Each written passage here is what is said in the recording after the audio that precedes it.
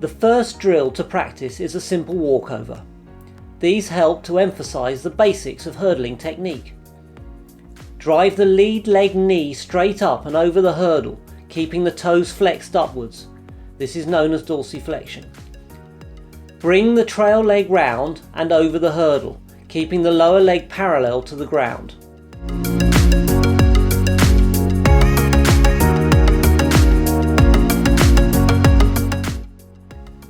Once you clear the hurdle with your trail leg, remember to drive the knee all the way through. This produces a high knee position. This is very similar to a normal running technique and emphasises that hurdling is much like sprinting and many of the positions are the same. Once you improve the technique, you can speed up the drill.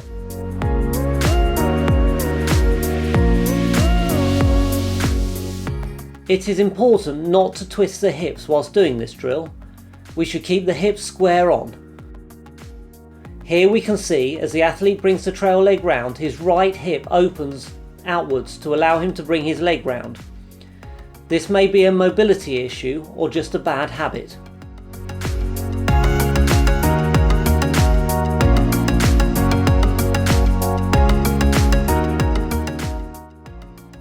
This is an alternative walkover drill.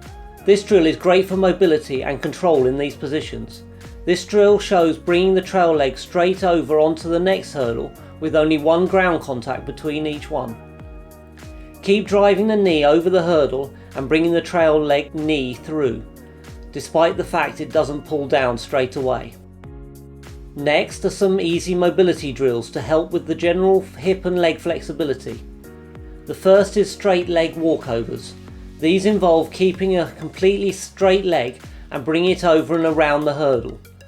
This challenges the groin, glute and hip flexor muscles. If you're struggling, lower the hurdles so you don't have to lift your leg as high. This can be done placing 1 or 2 feet between each hurdle. This over and under drill incorporates mobility and control over the smaller hurdle and squat mobility and depth under the hurdle. Initially this can be performed with a larger difference in height between them. As you get better, you can introduce a skip between the hurdle and decrease the height difference.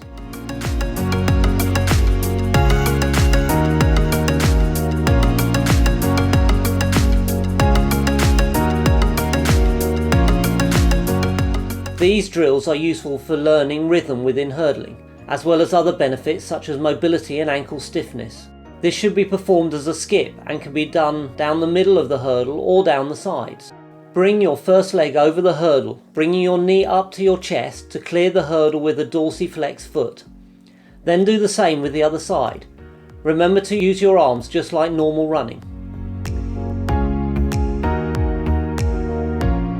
Here we can see the athlete does dorsiflex, but almost brings the foot too high, where it should be parallel to the ground.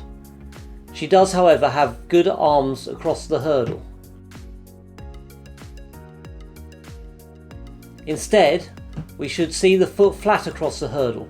Here you can see the athlete does a better job of this. The second leg in an ideal position.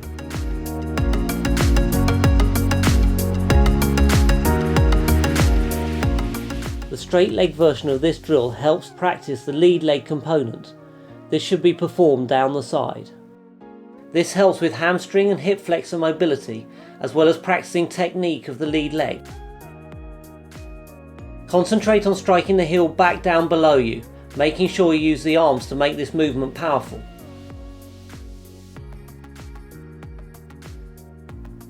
Keep the slight bend in the knee, as this is the position we want over the hurdle. Straightening out your leg is bad practice as it does not allow to properly pull the lead leg back down. You should be able to hear a striking noise as you pull back on the track, much like pulling your lead leg down and using the plate of spikes to get traction into the ground off the hurdle in a race. This sound should be consistent and even to ensure a rhythm throughout the drill.